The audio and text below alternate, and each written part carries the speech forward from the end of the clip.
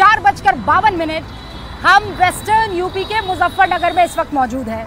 मुझे ये जानकारी है कि हरियाणा के मुख्यमंत्री नायब सैनी और केंद्रीय मंत्री बालियान साहब यहाँ से कुछ ही किलोमीटर की दूरी पर एक जनसभा को संबोधित कर रहे हैं। उन्होंने वादा किया है कि जब वो इस रास्ते से गुजरेंगे तब वो न्यूज़ 18 इंडिया के इस खाट वाली मंच पर जरूर आएंगे और अपनी बात रखेंगे। लेकिन आज गूंज में संकल्प पत्र वर्सेस न्याय पत्र, इस पर भी डिस्कशन होना जरूरी है, इस पर भी डिबेट होना जरूरी है। आप जानते हैं मैनिफेस्टो बीजेपी का लॉन्च हो चुका है। वादे यहाँ राहुल गांधी की तरफ से भी, कांग्रेस पार्टी की तरफ से भी किए गए हैं, जिसे न्याय पत्र का नाम दिया गया है। लेकिन किसके संकल्प पर और किसके न्याय पर जनता को 2024 में भरोसा होता हुआ दिख रहा है, आज इसी पर होगी गूंज। मुजफ्फरनगर ग्राउंड जीरो से सारे खास मेहमान जुड़ चुके हैं, लेकिन पहले आप ये रिपोर्ट देख लीजिए और फिर शुरू करेंगे डिबेट।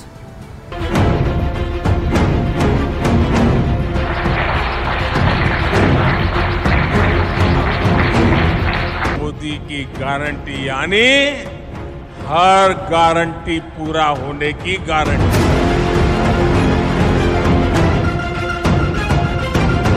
ये मैनिफेस्टो कांग्रेस पार्टी ने नहीं बनाया, ये मैनिफेस्टो हिंदुस्तान की जनता ने बनाया। रविवार को बीजेपी ने संकल्प पत्र का ऐलान किया तो वादे और दावों की झड़ी लगा दी। 2024 की चुनावी लड़ाई जीतने के लिए बीजेपी ने अपने संकल्प पत्र में 24 गारंटियां पूरा करने की गारंटी दी है।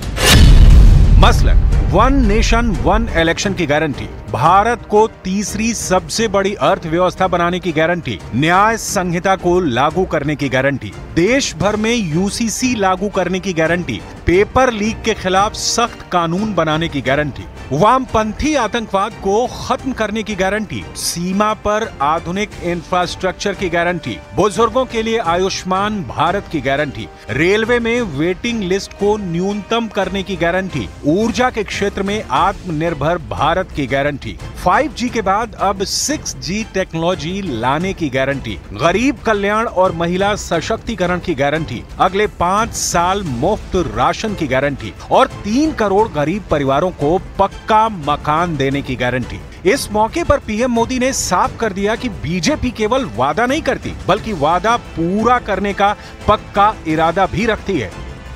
इस संकल्प पत्र को मोदी की गारंटी के रूप में देशवासियों के समक्ष आशीर्वाद के लिए रख रहा हूं। 144 करोड़ देशवासियों के सपनों को हकीकत में बुनने के लिए हम ये संकल्प पत्र लेकर के आए हैं। उधर अपने न्याय पत्र में 25 गारंटी का दावा करने वाली कांग्रेस ने बीजेपी के संकल्प पत्र की गारंटी पर सवाल खड़े किए हैं। ट्रेलर में ना डीजल की कमी दिखा रही, ना पेट्रोल का दिख रहा है, ना और किसी गैस का कुछ भी नहीं है। ये आदमी जो 10 साल में गरीबों के लिए कुछ नहीं कर सका, ये सब उदाहरण है आपके पास। तो उसी की फिर मैनिफेस्टो देखना ये और उसको विश्वास करना ये ठीक नहीं है। कांग्रेस नेता राहुल गांधी ने सोशल मीडिया प्लेटफॉर्म एक्स पर लिखा, बीजेपी के मैनिफेस्टो और नरेंद्र मोदी के भाषण से 2 शब्द गायब हैं, महंगाई और बेरोजगारी। लोगों के जीवन से जुड़े सबसे अहम मुद्दों पर बीजेपी चर्चा तक नहीं करना चाहती। इंडिया का प्लान बिल्कुल स्पष्ट है, 30 लाख पदों पर भर्ती और हर शिक्षित युवा को 1 लाख की पक्की नौकरी। युवा इस बार मोदी के झांसे में नहीं आने वाला। अब वो कांग्रेस का हाथ मजबूत कर देश में रोजगार क्रांति लाएगा। जनता जीत की गारंटी किसे देगी? तीसरा सवाल, घोषणा पत्र का नाम बदलने से वोटर की सोच बदलेगी? और चलिए अब गूंज में डिबेट करने के लिए हमारे साथ जो खास मेहमान जुड़ चुके हैं उनसे आपका तारुफ करवा देना चाहती हूँ। भारतीय जनता पार्टी की तरफ से शहजाद पूनावाला राष्ट्रीय प्रवक्ता हमारे साथ जुड़ चुके हैं। हमारे साथ समाजवादी पार्टी के राष्ट्रीय प्रवक्ता अनुराग भदौरिया जुड़ चुके हैं। हमारे साथ आरजेडी की राष्ट्रीय प्रवक्ता कंचन यादव भी जुड़ चुकी हैं। और राजनीतिक विश्लेषक संगीत रागी भी इस वक्त आपको स्क्रीन पर नजर आ रहे हैं। मैं डिबेट शुरू कर रही हूं। शहजाद पूनावाला, शुरुआत आपसे। आपके संकल्प पर भरोसा किया जाए या राहुल के न्याय पर यकीन? ऐसा है रूबिका जी, हमारे संकल्प पर या उनके न्याय पर भरोसा करने वाली बात तो जनता ट्रैक रिकॉर्ड से तय करेगी। हमने 5 वर्ष पहले कहा था कि हम जो है 25 करोड़ लोगों को गरीबी से निकालेंगे, हमने वो किया। हमने कहा था 3.5 करोड़ लोगों को घर देंगे, वो हमने किया। हमने कहा था शौचालय बनाएंगे, हम लोग नल से जल देंगे, वो हमने किया। इस प्रकार से हमने सामाजिक जनकल्याणकारी जो नीतियां की है उसका लाभ 80 करोड़ लोगों को पहुंचा है। हमने कहा था भ्रष्टाचारियों पर कार्रवाई ऐसी करेंगे जिसका मतलब कि इतना पैसा वापस आएगा जिससे कि सारी स्कीमें पूरी होगी, हमने वो किया। हमने 2 करोड़ रोजगार का वादा किया था और उसका आज आप देख सकते हैं डेटा 16 करोड़ जो है ईपीएफओ में जुड़ा है। जिस प्रकार से 44 करोड़ मुद्रा लोन दिए गए हैं, जिस प्रकार से दुगने रेट से हाईवे इंफ्रास्ट्रक्चर बने, उसमें रोजगार के सृजन हुए हैं। हमने कहा था अर्थव्यवस्था को 10वें से 30वें स्थान पर ले जाएंगे, वो हमने किया। हमने कहा यूसीसी को लागू करेंगे, हमने वो किया। सीए लागू करेंगे, हमने वो किया। 370 को हटाएंगे, हमने वो किया। राम मंदिर बनाएंगे, वो हमने किया। तो ये सारी चीजें देखिए और एक तरफ मिशन और विजन के साथ आप देखिए इनके मैनिफेस्टो में क्या है, केवल करप्शन, कमीशन, कंफ्यूजन और डिवीजन के एजेंडे हैं। मैं आपको 2 उदाहरण देता हूं। इन्होंने कहा है कांग्रेस के मैनिफेस्टो में कि 1 लाख रुपया हम लोग प्रति बेरोजगार को देंगे और इस पर प्रवीण चक्रवर्ती ने कहा इसके लिए हमने 1 लाख करोड़ का बजट रखा है। अब 1 लाख करोड़ का बजट है मतलब कि 1 करोड़ बेरोजगार ही है इनके हिसाब से। इन्होंने कहा 1 लाख महिलाओं को हम लोग 1 करोड़ जो है हम लोग महिलाओं को देंगे। तो 1 लाख अगर महिलाओं को देंगे तो इनका मतलब यह है कि गरीब जो परिवार है वो 1 करोड़ ही है, क्योंकि इसका बजट इन्होंने 1 लाख करोड़ बताया है। और इन्होंने कहा है कि 1 करोड़ जो लोग हम लोग 1 लाख रुपए अप्रेंटिसशिप में देंगे।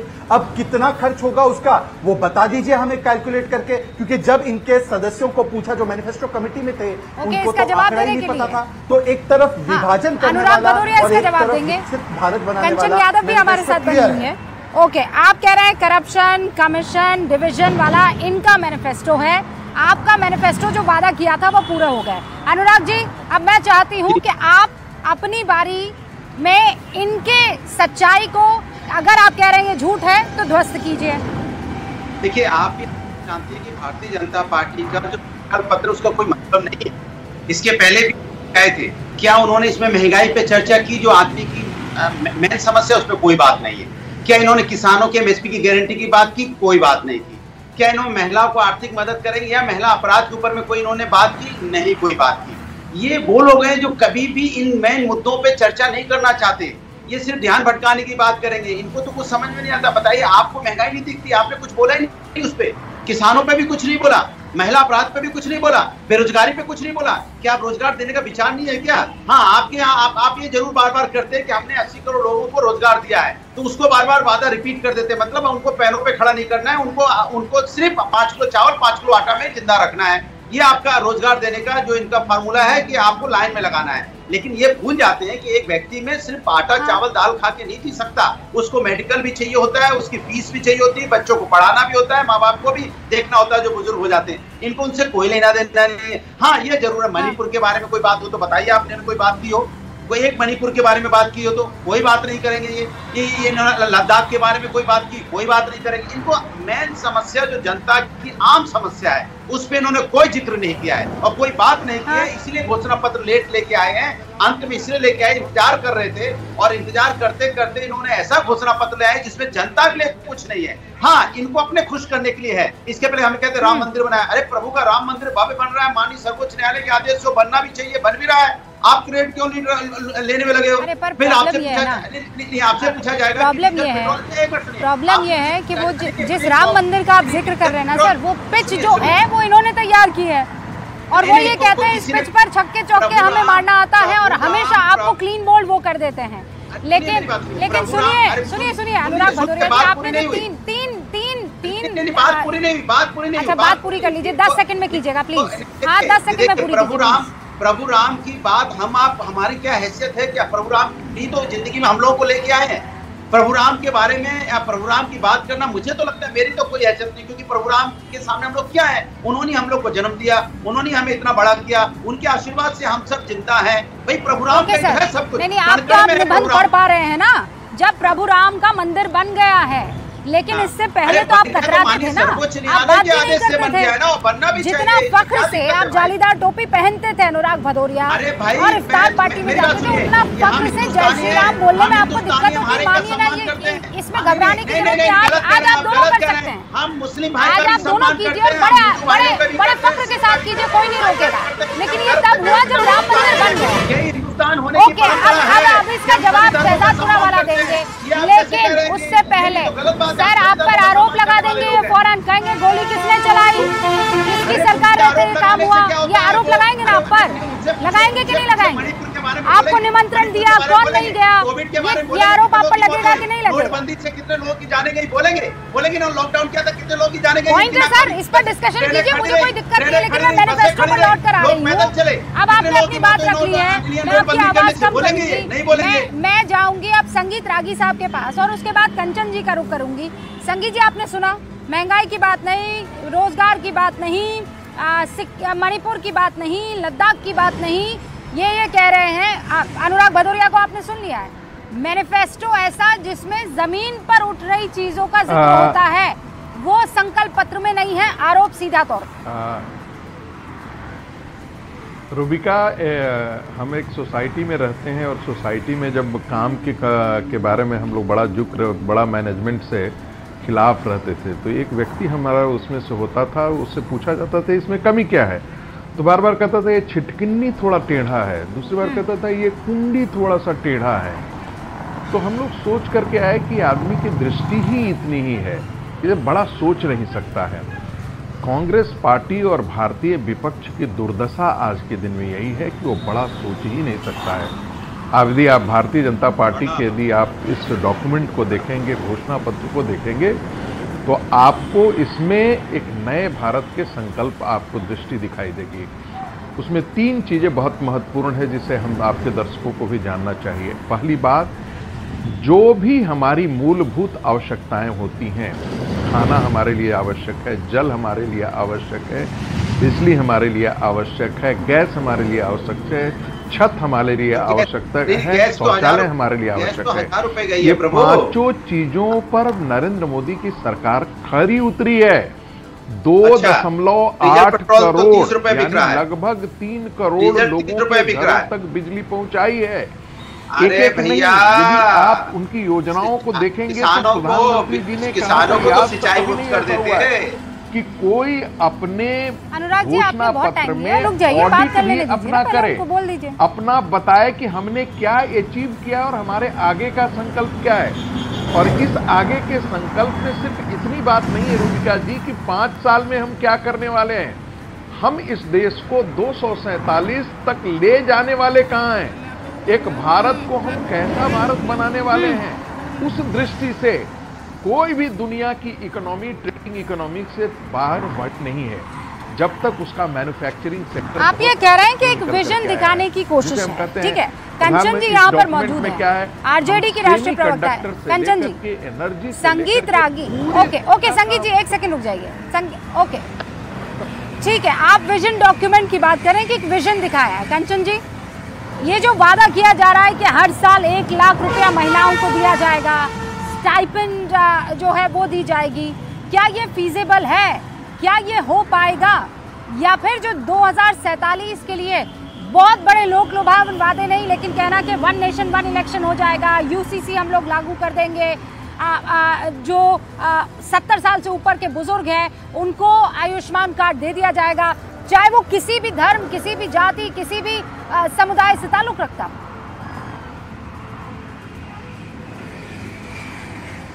रागी जी से दोनों लोगों से पूछना, घोषणा पत्र आया है मोदी की गारंटी नाम से, ये घोषणा पत्र किसका है? एनडीए का है कि बीजेपी का है कि अकेले प्रधानमंत्री नरेंद्र मोदी जी का है? क्योंकि इतने इतिहास में 17 बार लोकसभा चुनाव हुए हैं, 18वीं बार हुआ है, आज तक रिकॉर्ड रहा है कि कभी भी किसी भी व्यक्ति के नाम से घोषणा पत्र नहीं आया है। तो मोदी जी के नाम से आया है तो ये भी कंफर्म कर दे कि ये एनडीए का है या नहीं है। अगर ये एनडीए का है तो मैं पूछना चाह रही हूँ कि जनता दल यूनाइटेड, जदयू का एक था कि बिहार को विशेष राज्य का दर्जा मिले, जब तक हमारे साथ थे उनकी मांग थी, अभी क्या है मैं नहीं जानती, लेकिन ये घोषणा पत्र में मोदी की गारंटी घोषणा पत्र में यह जिक्र नहीं है कि बिहार को विशेष राज्य का दर्जा मिलेगा या नहीं मिलेगा। और इसके अलावा पार्टी हो, जीतनराम मांझी की हो, प्रकाश राजभर की हो, जिसकी भी हो, सबका जातिगत जनगणना। कंचन जी, मैं सवाल पूछ लेती हूँ शहजादपुरा वाला से, लेकिन ये जो न्याय पत्र आया है, ये कांग्रेस का न्याय पत्र है या इंडिया गठबंधन का न्याय पत्र है? हमने आपको कह दिया, क्योंकि बिहार को कुछ स्पेसिफिक जो जरूरतें हैं, बिहार की जो मांग है, उसको लेकर आरजेडी ने एक घोषणा पत्र निकाला जिसका नाम है परिवर्तन पत्र, जिसमें मोस्टली बातें वही कही गई है जो कांग्रेस। परिवर्तन पत्र तो मैं जान गई हूँ, लेकिन क्या कांग्रेस के मैनिफेस्टो में जो आरोप आप बीजेपी पर लगा रही हैं जेडीयू को लेकर, वैसा ही क्या कांग्रेस के मैनिफेस्टो में है कि विशेष राज्य का दर्जा दिया जाएगा बिहार को? आपका प्रश्न सही है बिल्कुल। तो क्या यह मांग जदयू अकेले से करेगी, अलग से करेगी? क्या उसका घोषणा पत्र आएगा? अनुप्रिया पटेल जी का घोषणा पत्र आएगा? जी का घोषणा पत्र आएगा? बीजेपी के नाम से कोई घोषणा पत्र आएगा कि बस मोदी का संकल्प पत्र रहेगा? अगर बंगाल को कुछ जरूरत है तो ममता बनर्जी जी कहेंगी, उत्तर प्रदेश को। मेरा सवाल तो बहुत पॉइंटेड था कंचन जी, मेरे पॉइंटेड सवाल का पॉइंटेड जवाब दीजिए। हाँ, जो बिहार को जरूरत है, क्या उस बिहार की जरूरत को कांग्रेस ने अपने मैनिफेस्टो में मेंशन किया है, हाँ या ना? फिर मैं आगे बढ़ जाऊंगी। देखिए, कांग्रेस ने जो पॉइंट मेंशन किया है अपने मैनिफेस्टो में, वो नेशनल पॉइंट्स है, जिसको लेकर हमारे भी मैनिफेस्टो में है, लेकिन हर राज्य का जो जरूरत है उसको क्षेत्रीय पार्टियों ने कवर किया है। आप इसको कहेंगी कि हमारे जो घोषणा पत्र में है वो डीएमके में क्यों नहीं है, वो केरल में क्यों नहीं है, वो जम्मू कश्मीर में क्यों नहीं है? तो ये कोई तर्क बनता है? नहीं, बिल्कुल नहीं कहूंगी भाई। मैं क्यों कहूंगी कंचन जी, मैं क्यों कहूंगी भाई? आप लोगों की पॉलिटिकल स्ट्रैटेजी है ना। मैं क्यों ये सवाल पूछूंगी? मैं ये सवाल नहीं पूछूंगी। मैं ये सवाल तभी पूछूंगी जब आप सेम तरीके का आरोप अपने विपक्षी या विरोधी पर लगाएंगे, वरना कोई बात नहीं भाई। आपकी पॉलिटिकल स्ट्रैटेजी अलग, इनकी अलग है, लेकिन चूंकि आप जेडीयू पर और बीजेपी पर आरोप लगा रही है विशेष राज्य के दर्जे का, तो मैं ये जानना चाह रही हूँ कि आपके यहाँ पर शर्ट एकदम साफ है कि दूसरे की शर्ट में आपको दाग दिख रहा है? सिंपल सा मेरा पॉइंट है। नहीं तो फिर आपको हक नहीं है कि आप सामने वाले के ऊपर इशारा कर सके या उसकी तरफ उंगली दिखा सके। लेकिन शहजाद पूनावाला यहाँ पर मौजूद है। आपके दोनों के सवाल, अनुराग भदौरिया के भी और कंचन जी आपके भी, मैं सीधा दागती हूँ शहजाद पूनावाला को। शहजाद पूनावाला, जवाब दीजिए। जो दोनों ने प्रश्न उठाए, बेरोजगारी, महंगाई, सिक्योरिटी, विशेष राज्य का दर्जा, सबका जवाब देता हूँ। विशेष राज्य के दर्जे पर पहले जवाब दे देता हूँ। कंचना जी शायद अभी नया प्रवक्ता बनने का काम उनका हुआ है, तो उनको पता नहीं कि 13th फाइनेंस कमीशन ने जब यूपीए की सरकार थी तब ये कैटेगराइजेशन ही खत्म कर दिया। Special status for states categorisation खत्म करने का महापाप या कुकर्म अगर किसी ने किया तो वो यूपीए की सरकार में 13th फाइनेंस कमीशन ने किया, और उस समय पर उस सरकार को सपोर्ट देने वाली आरजेडी थी। और उसके बावजूद भी जब 14th फाइनेंस कमीशन बना तो विशेष रूप से ऐसे राज्यों को ज्यादा पैसा देना और सभी राज्यों के लिए 31% से 41% डेवोल्यूशन के माध्यम से देना, ये काम तो नरेंद्र मोदी जी की सरकार के तहत 14th फाइनेंस कमीशन ने किया। तो पहले तो बता दीजिए कि जिस यूपीए ने स्पेशल स्टेटस ही खत्म कर दिया उसके साथ आप क्यों हैं? दूसरी बात, अब बताइए, सुनीता केजरीवाल जी ने रामलीला पर 6 वादे गिनवा दिए थे, क्या वो इंडी गठबंधन के वादे थे या वो आम आदमी पार्टी के वादे थे?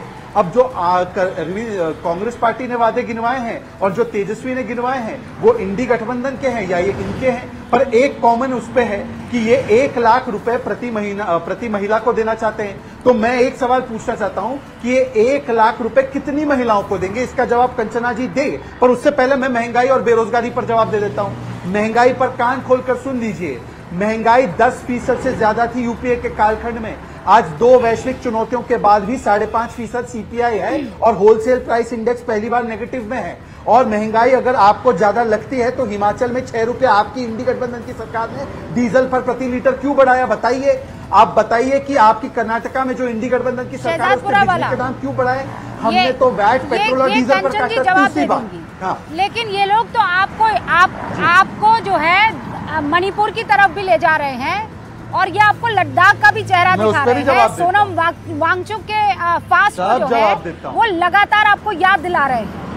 आपसे सवाल पूछ रहे हैं कि क्या अरुणाचल प्रदेश में चीन ने गांव नहीं बनाया है?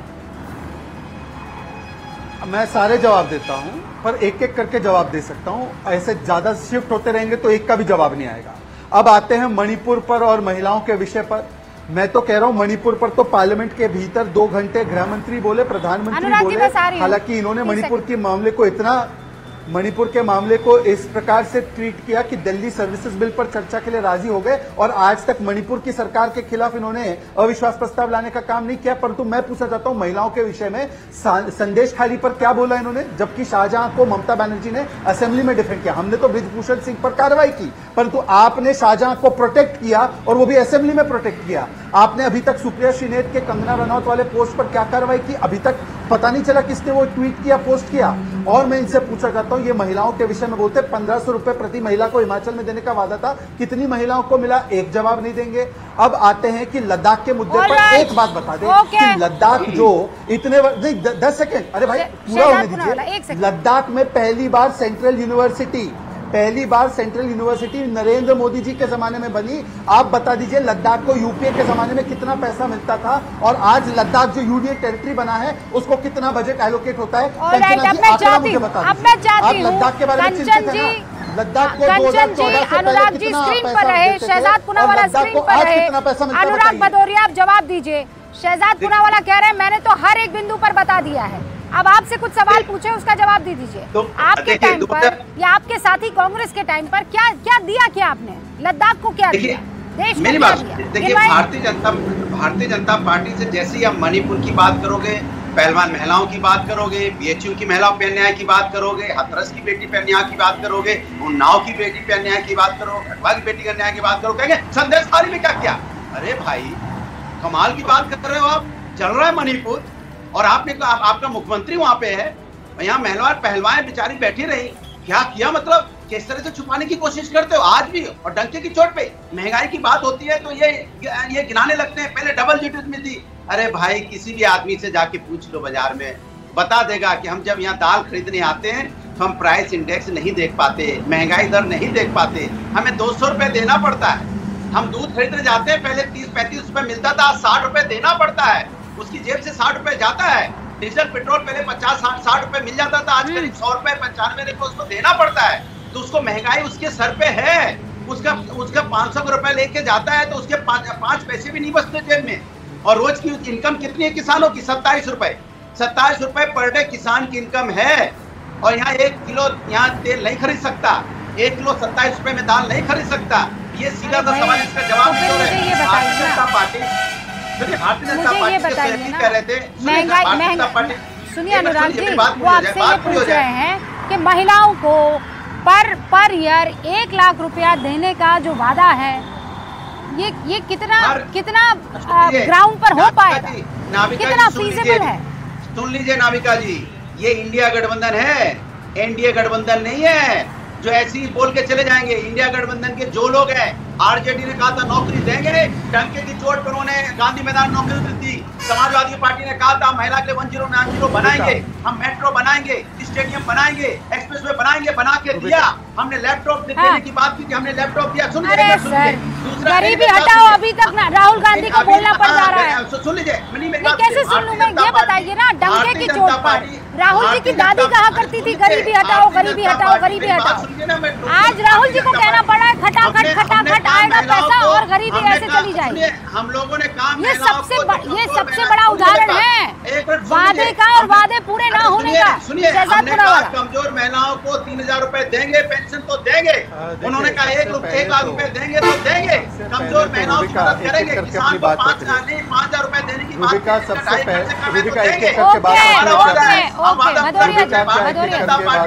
भदौरिया जी, आपके वादे आपकी याददाश्त की तरह तो नहीं है ना? बुलेट ट्रेन से आपके वादे आपकी याददाश्त की तरह तो नहीं है ना? आप तो लगातार बोलते बोलते नाम ही भूल जाते हैं। आप मेरी दोस्त का नाम बोलने लगते हैं। आपको जब आपको एंकर का नाम याद नहीं रहता है, आपको 5 सालों पहले किए गए वादे को याद रहेंगे Anurag ji? I doubt. Shehzad Poonawalla please जवाब दीजिए। आप आराम से बैठ के डिबेट कर रहे होते। पर रूबिका ऐसे जवाब नहीं दिया जा सकता। यदि वो लगातार बोलते रहेंगे तो मुझे लगता है कि इस डिबेट का कोई मतलब नहीं बचेगा जनता को। अनुराग जी, आप लगातार बोलेंगे तो बहस नहीं हो पाएगी। इस प्रकार की चर्चा का कोई अनुराग मतलब भदौरिया नहीं जी, इस तरह से डिबेट नहीं हो पाएगी। सुन लिया मैंने, आपकी बात को सुन लिया। अब अपनी याददाश्त तेज कीजिए, 10 बादाम खाइए, तब तक मैं एक काउंटर लेकर आपके पास वापस आती हूँ। भाई साहब बादाम पहुँचाइए। बादाम तो पहुंचाएंगे, हाँ, स्मार्ट सिटी कहाँ है? रूबिका, मेरा प्यारा गांव कितना अच्छा लग रहा है। रूबिका, कैसे डिबेट हो? मतलब आप क्या चाहती हैं, कैसे हम बात रखें ताकि जनता को समझ में आए ना? अनुराग जी बस, हाँ, अनुराग जी बस। देखिए, पहले तो रूबिका, आपको नाविका कहने वाले व्यक्ति को कितना सीरियसली लिया जाए? जब वो नाम में कंफ्यूज है तो अपने वादे कितने पूरे कर पाएंगे? भाई, ये वो पार्टी है जो बॉयज विल बी बॉयज, और गायत्री प्रजापति को टिकट देना, आजम खान जो इनरवेयर पर कमेंट करते हैं उनको संरक्षण देने का काम करती है। तो इस प्रकार की पार्टी महिलाओं पर उपदेश देती है। हमने यूसीसी का वादा किया है, आप यूसीसी के साथ है, यूसीसी के खिलाफ है। कांग्रेस कहती है हम शरिया लागू कर देंगे, 3 तलाक वापस ले आएंगे, जिसको सुप्रीम कोर्ट ने प्रतिबंधित किया, आप उसके साथ है, खिलाफ है। भाई, मणिपुर का म बोलने से पहले कम से कम महिलाओं के विषय में आपका क्या रुख रहा है? राजस्थान में उसको टिकट दे दिया जिसने कहा मर्दों का प्रदेश है इसलिए बलात्कार होता रहेगा। आपने नारी शक्ति का अपमान करने वाले रणदीप सुरजेवाला को राज्यसभा पहुंचाया, जिसने हेमा मालिनी पर जो टिप्पणी की उस पर एक शब्द नहीं बोल पाए। इसीलिए आप लोग ना कहे महिलाओं के विषय में बेहतर है, परंतु किसानों के विषय में मैं 10 सेकंड लेना चाहता हूं। हमने किसानों का बजट जो है 25,000 करोड़ से 1,25,000 करोड़ किया। हमने 12 करोड़ किसानों को किसान सम्मान निधि दी और हर एक क्रॉप पर एमएसपी बढ़ाया। हाँ। अब कांग्रेस ने कहा है कि हम एमएसपी गारंटी देंगे, परंतु प्रवीण चक्रवर्ती कहते हैं 23 फसलों पर नहीं मिलेगा और C2+50 से भी नहीं मिलेगा। अब मैं पूछना चाहता हूं अनुराग भदौरिया और कंचना यादव जी से कि कांग्रेस तो खुलेआम कह रही है कि 23 फसलों पर एमएसपी नहीं देंगे, आप इसके साथ है या खिलाफ है? केरल में एमएसपी लागू नहीं है, आप इसके साथ है खिलाफ है? एपीएमसी केरला में नहीं है, आप इसके साथ है खिलाफ है? जरा बोलिए खुल के। और कहती है कि हम परमाणु शक्ति खत्म कर देंगे, आप इसके साथ है खिलाफ? रूबिका जी अच्छी बात है ना। ओके कंचना जी प्लीज जल्दी से सर कंचना जी की बारी नहीं आई है। हाँ शहजाद जी हो सके भारतीय जनता पार्टी में लेट से आए हो, इसलिए उनको यह नहीं मालूम है कि 2014 में प्रधानमंत्री नरेंद्र मोदी जी ने बिहार को क्या प्रॉमिस किया था। 2019 में प्रधानमंत्री नरेंद्र मोदी जी ने बिहार को क्या प्रॉमिस किया था, वहाँ पर स्पेशल स्टेटस का दर्जा और स्पेशल पैकेज का प्रॉमिस किया था, सब जाकर देख लीजिए। और दूसरी बात बता दें, सिर्फ इतना ही नहीं, बिहार को चीनी मिल 10 चीनी मिल का उन्होंने प्रॉमिस किया था नवादा से लेकर अलग अलग जिलों में, लेकिन क्या हुआ? आज तक एक भी ये भी बोले थे कि जाऊंगा अगली बार आऊंगा मैं उसी चीनी मिल के चीनी से चाय पीऊंगा, लेकिन चीनी मिल तो बंद हो गई। ये तो आप लोगों ने नहीं, लेकिन आप बिहार पे टिकी हुई, आपसे जो सवाल पूछा जा रहा है उससे आप बचती हुई नजर आ रही हैं और यही काम अनुराग भदौरिया भी कर रहे हैं। संगीत रागी जी, क्या इस बार ये दोनों मैनिफेस्टो एक दूसरे के आमने सामने दिखते हुए नजर आ रहे हैं आपको कॉम्पिटिटिवली? 30 सेकंड में सर जवाब दीजिए, फिर मैं ब्रेक ले रही हूँ। रूबिका जी, आप गमले में उगे हुए पौधों को बरगद के सामने आप ला करके तुलना खड़ा करें तो ये क्या यथोचित होगा? क्या 80 किलो पहलवान के आगे 10 साल के पहलवान को आप खड़ा कर दें, उचित होगा क्या? एक दिशा विहीन, दृष्टि विहीन, विचार विहीन संकल्प पत्र है कांग्रेस पार्टी का। मैं यही कह सकता हूँ निचोड़ में, ये रेवड़ी बांटने के अतिरिक्त कुछ भी नहीं, इसमें कोई दिशा ही नहीं है। एक कैसे भारत एक स्वस्थ, विकसित और एक समृद्ध भारत बनेगा। कांग्रेस की तरफ से कहना है कि हम तो न्याय करने की बात कर रहे हैं और दूसरी तरफ मोदी कह रहे हैं कि संकल्प। रागी जी, मेरे पास वक्त की कमी है, आप चारों का बहुत बहुत शुक्रिया। कुछ देर के लिए रुक रही हूँ, लौटेंगे जल्दी। आप देखते रहिए न्यूज़ 18 इंडिया।